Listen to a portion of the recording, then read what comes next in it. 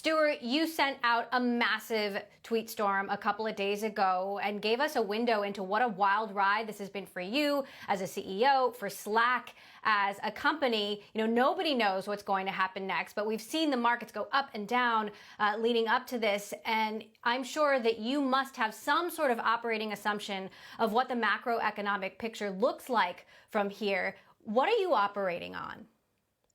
Well, you might be optimistic. And first of all, let me say it's great to be back. It's been a long time, and nice to be with you. I've been spending a lot of time with other CEOs in the software industry. No one knows what to think.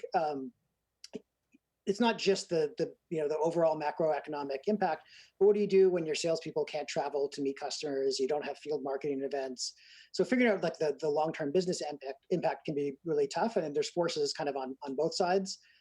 We've experienced an enormous surge in usage among existing customers, expansion there, brand new customers signing up, brand new teams being created, and the rate at which we're expanding right now is not sustainable. So that will revert to the mean. When I say not sustainable, I just mean we would have everyone in the world on in a couple of months if we kept going. But what is the long-term impact? That's really difficult to say. And I'll pause there because I think this is an interesting conversation.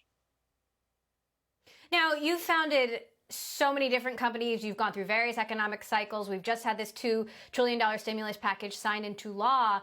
Is that going to be enough to lift the tech and the startup ecosystem?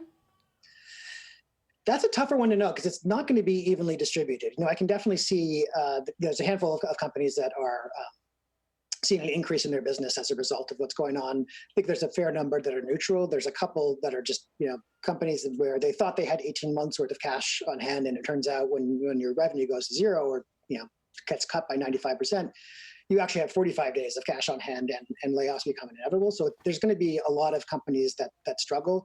I'm not sure, maybe brand new startups will always be, of course, more responsive to the environment and might have more flexibility. But there's going to be some really negative economic consequences. There's going to be a lot of bankruptcies, and it's really difficult to predict, I think, at this point, at how we bounce back, in what way we bounce back. One thing that's clear right now, though, I think we're oversimplifying when we characterize what's going on as just working from home, because we've had employees who work from home for a long time. They have a desk set up, and they have a comfortable chair, and they have an internet connection, and they have childcare. That's not what's happening now. I mean, right now you have spouses arguing over who gets the kitchen table for the next video call, and you have a 3-year-old running around, and the in-laws can't help with the kid, and there is no babysitters, and you can't get your hair cut or go out for a coffee. So there's a very different environment, and one, I think, where there's an enormous amount of uncertainty. And one thing I think we all know is that human beings hate uncertainty. So let's talk about human beings, because in this tweet storm, you got really personal towards the end. You talked about the adrenaline that you ran on for the first 2 weeks of everyone working from home. Now that's starting to wear off. It still feels great to be able to help, but you're locked inside. Yeah. You're locked inside. People are more scared.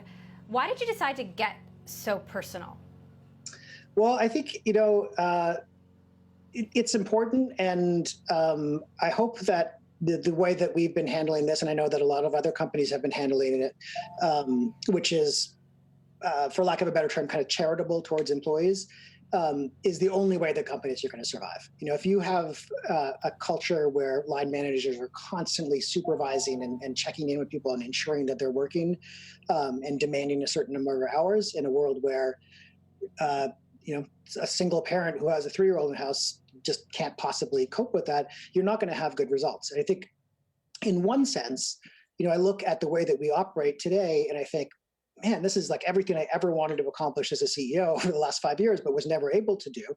And by that, I mean, there is none of this behavior, which exists in every company of, Emily, that's an interesting idea. We should really check into it. Maybe we'll do some user research. We can build a little model. Why don't we circle back in 3 weeks and see what we want to do? That doesn't happen. People just go, and it's action.